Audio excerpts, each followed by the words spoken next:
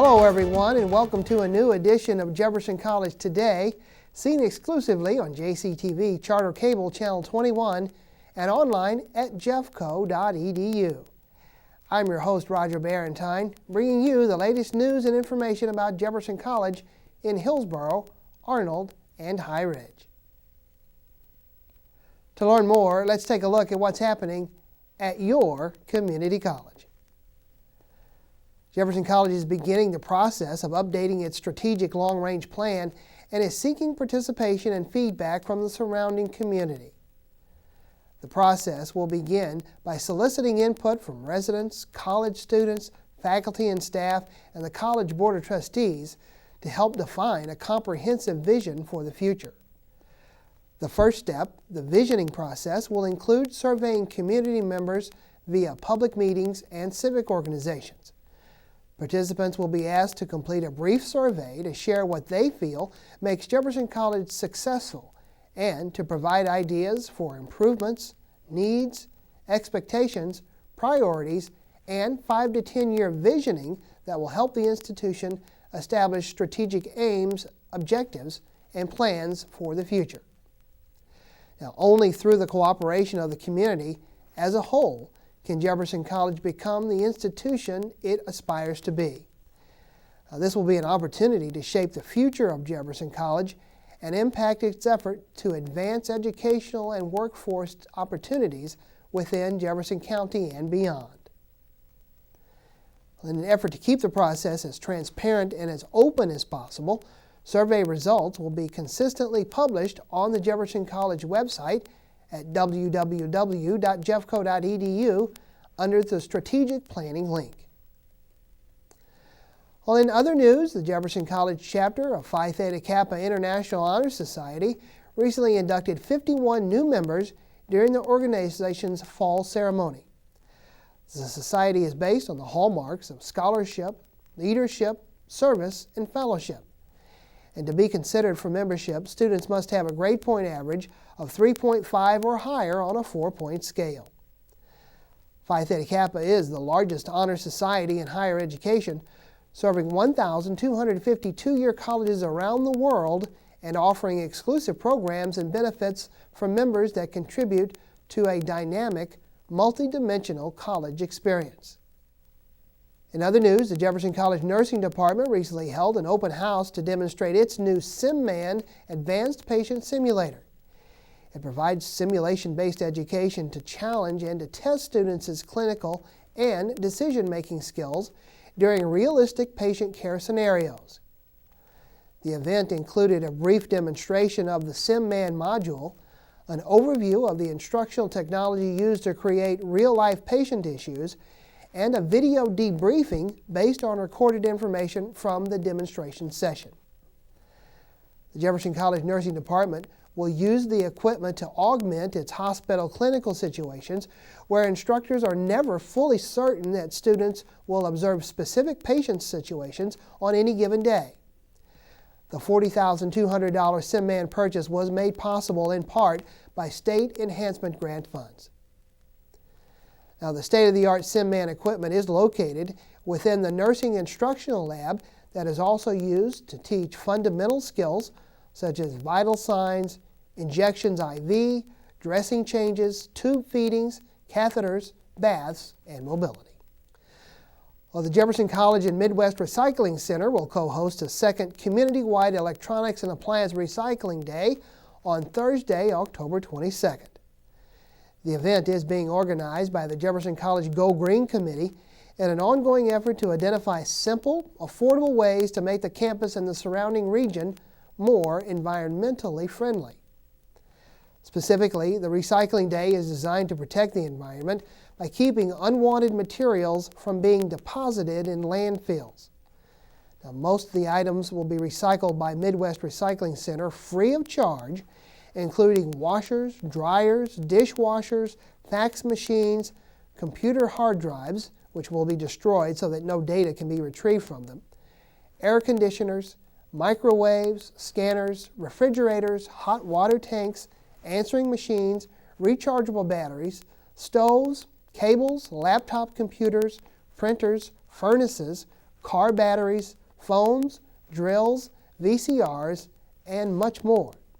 Now, there will be a small fee that's going to be charged for televisions, which is $15 each, and computer monitors, which is $10 each.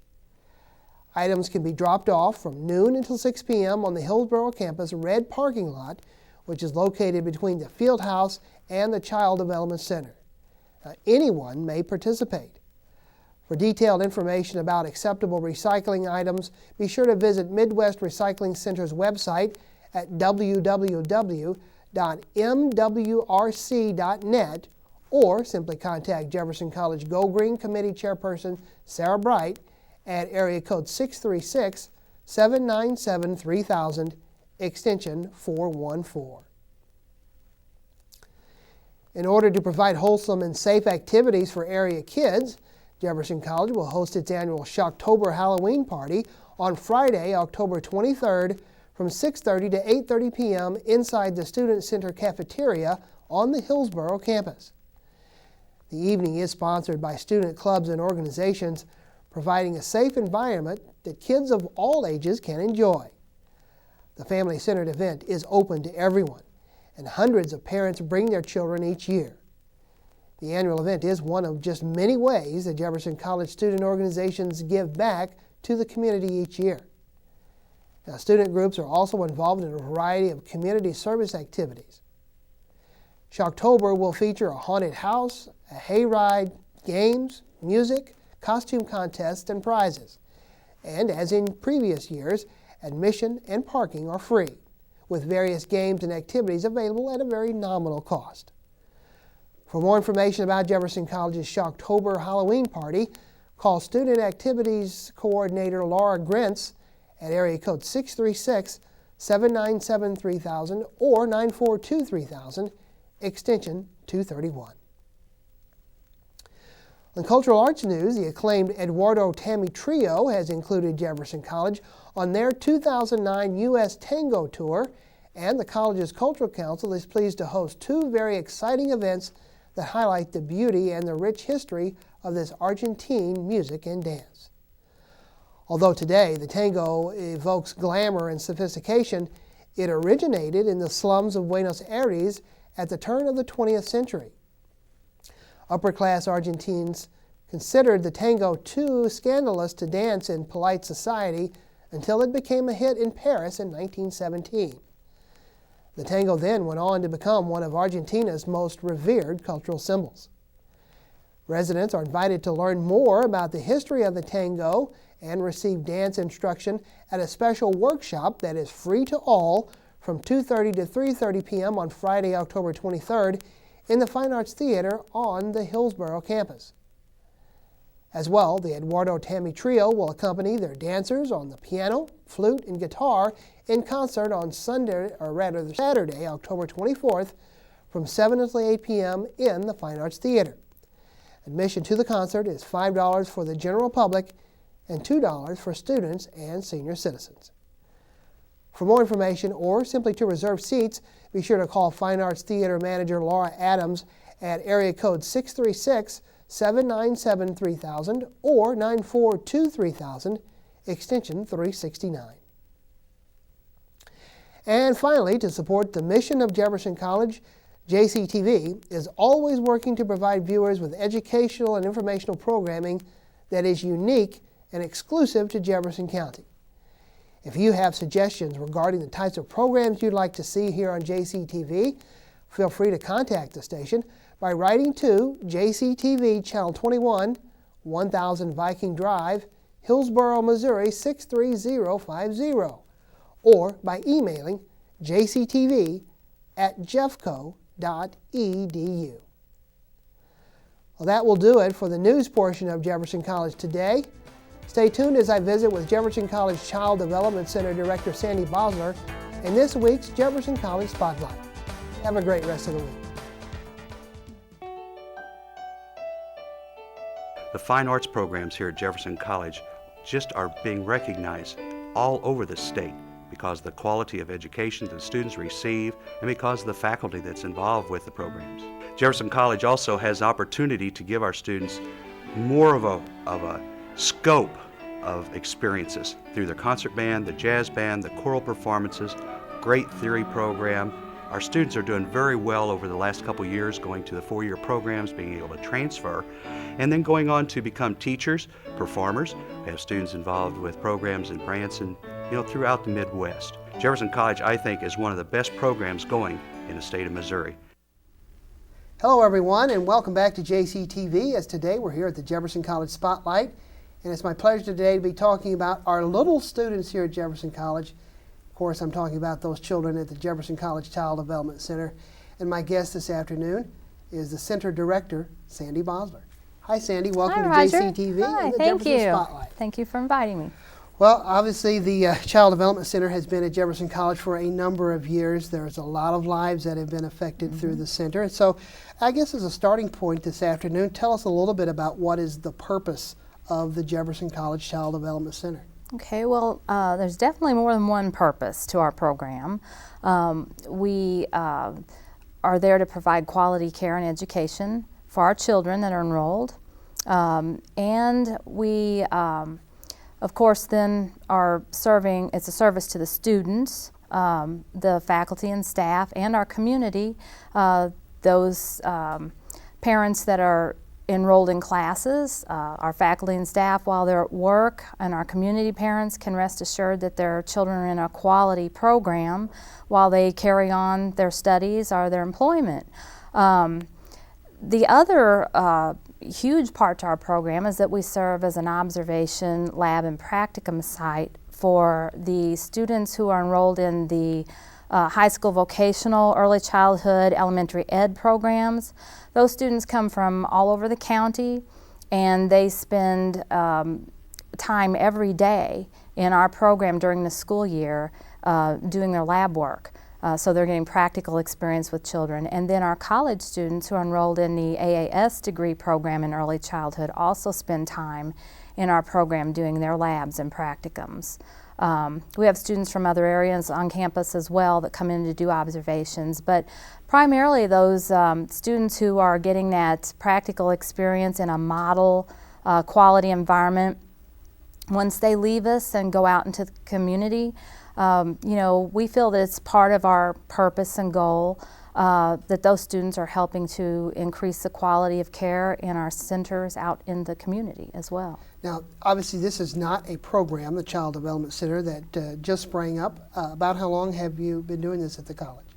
How long have I been here? Mm-hmm. Oh, I've been here 20 years. That's amazing. So, yeah. That's yeah. terrific. I started out as a teacher, and half-day associate director, and moved into my position. With that, Sandy, talk a little bit about you. Obviously, we're talking about children here. What are the ages that the Development Center accepts in terms of how you arrange them into classes or groups? We are licensed and accredited for ages 2 through 12. The children, we have groups of 2 to 3.5-year-olds, 3.5 to 5-year-olds, and then the 5 through 12-year-olds, which is our school age group. With that, for those that have never had the opportunity to visit the center, please describe what the environment is like. What do you see? What do you hear? What do you partake to walk through our development center? Well, when you come into our programs, any of our classrooms, a lot of activity, children being engaged in meaningful activities, lots of hands-on, children actually involved in relationships and helping plan for the classroom. So it actually is like each classroom is like a separate small community. There's mixed age grouping. We kind of follow what research tells us is best for young children, and that is one of the actual recommendations for, we have our older children helping our younger children. The younger children are learning from the older children. So they're like small communities. There's lots of wonderful materials and supplies that are there for the children to explore, and what you'll notice is a real positive vibe in the classrooms. The teachers are, they're smiling, they're obviously happy to be here. This is their vocation, this is what they want to do, is work with young children. They really get excited to be helping the children with their growth and development. Now, you mentioned that you've been involved with the child care here at the college for over 20 years, and I'm sure you have not only looked at Jefferson College Center, but a number of them throughout the area and the state. If I'm a parent and I'm coming to a center to look at the facilities for my child, from your perspective, what are some of the things that I need to be aware of as a parent to look for to help me decide if that center has a good quality program?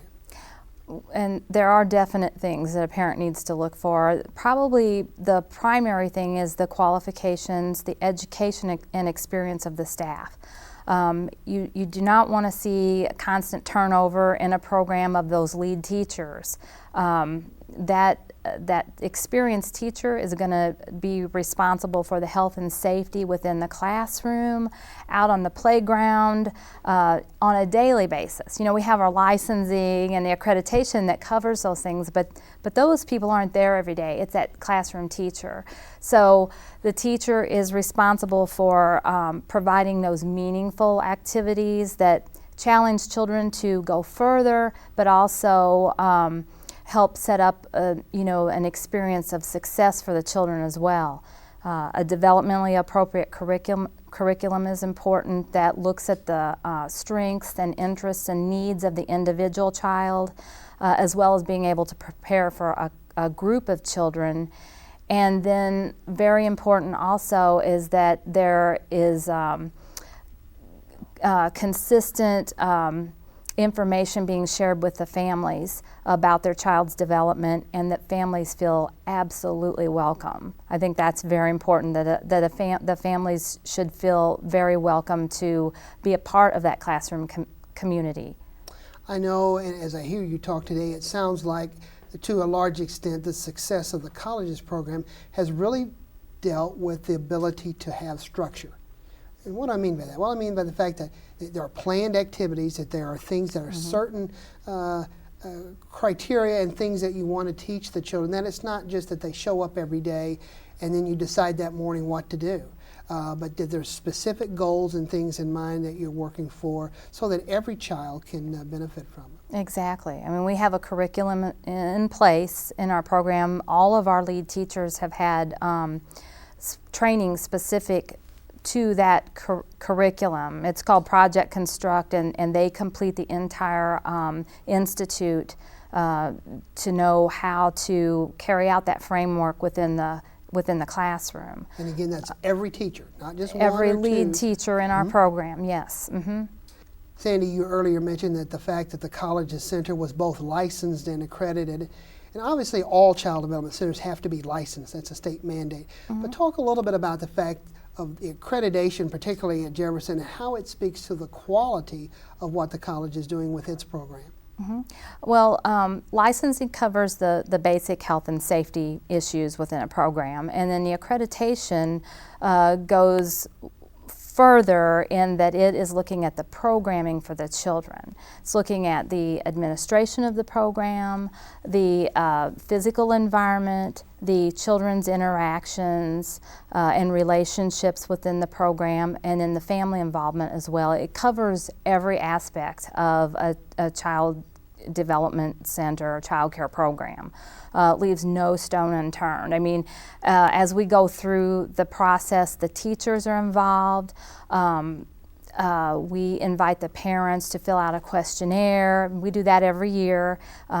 We take that assessment and we use that for growth. We never feel that we've arrived. We're always working on making things better. So accreditation keeps us in that process. Along with that, would it be safe to assume that accreditation is like taking a step from making a good program into a great program? Absolutely. Absolutely, and like I said, we've never arrived. We never stop trying to make improvements. So that's just absolutely necessary, I think, for quality. You mentioned earlier the fact that the Development Center is open not only to the community, but our faculty, staff, and particularly our students. What kind of things are you doing there? Obviously, all students have very irregular schedules. Some are here maybe 1 or 2 days a week. Others may only be 1 or 2 hours a week. How convenient do you make it for students to be able to work around their very busy life schedule? Yeah, we do offer some flexible scheduling for the students. We offer a Tuesday, Thursday schedule, a Monday, Wednesday, Friday schedule, since that's generally the way the classes are arranged. And then, of course, we're open for full-time for the students as well, but and in some age groups, we actually have a half-day enrollment too. So that is helpful. Yeah, very much so. And I can imagine that as individuals are different, so are their schedules, and that's one of the things that is very accommodating about what the center is trying to do. Again, I hearken back to your years of experience, 20 years at Jefferson College. You must have seen a lot of positive things in your years. Is it possible for you to pick out one or two and to say that those perhaps are the greatest strengths of our development center? I honestly have to say that it's our staffing. Our teachers are incredible. They're dedicated professionals. They're constantly striving to learn about new theories involving young children. The teachers, they constantly are looking to make the program better for the children that we serve. They get excited about what they do, and of course that spills over into the children's learning, and it's just an exciting place, and I think it's thanks to them. Have you been there long enough to now see children of children that were at the center before? Yes, I have. What is that like? It's a little bit mortifying. It is. But it's really very, very neat to see that. I've had, I have, actually have grandchildren coming in. Yeah. So it is. It's really nice, and I see a lot of grown children that come back to visit the center. They pop in to see me, and they're always happy to see that I'm still there. But that's really nice too. And that's got to be a great affirmation for you, knowing that the college obviously is putting its best foot forward as people are bringing yet next generations of students. Absolutely, absolutely. I'm seeing what used to be my preschoolers in my class at the center here as college students, and that is really exciting. I really do believe that Jefferson College is so forward-thinking in the fact that we've had childcare on campus for so long. We've moved ahead with the trends that are based on research on how important early childhood education is, what happens when children have the benefit of quality early childhood programming, and what that means for the future of the children, which benefits all of us, of course.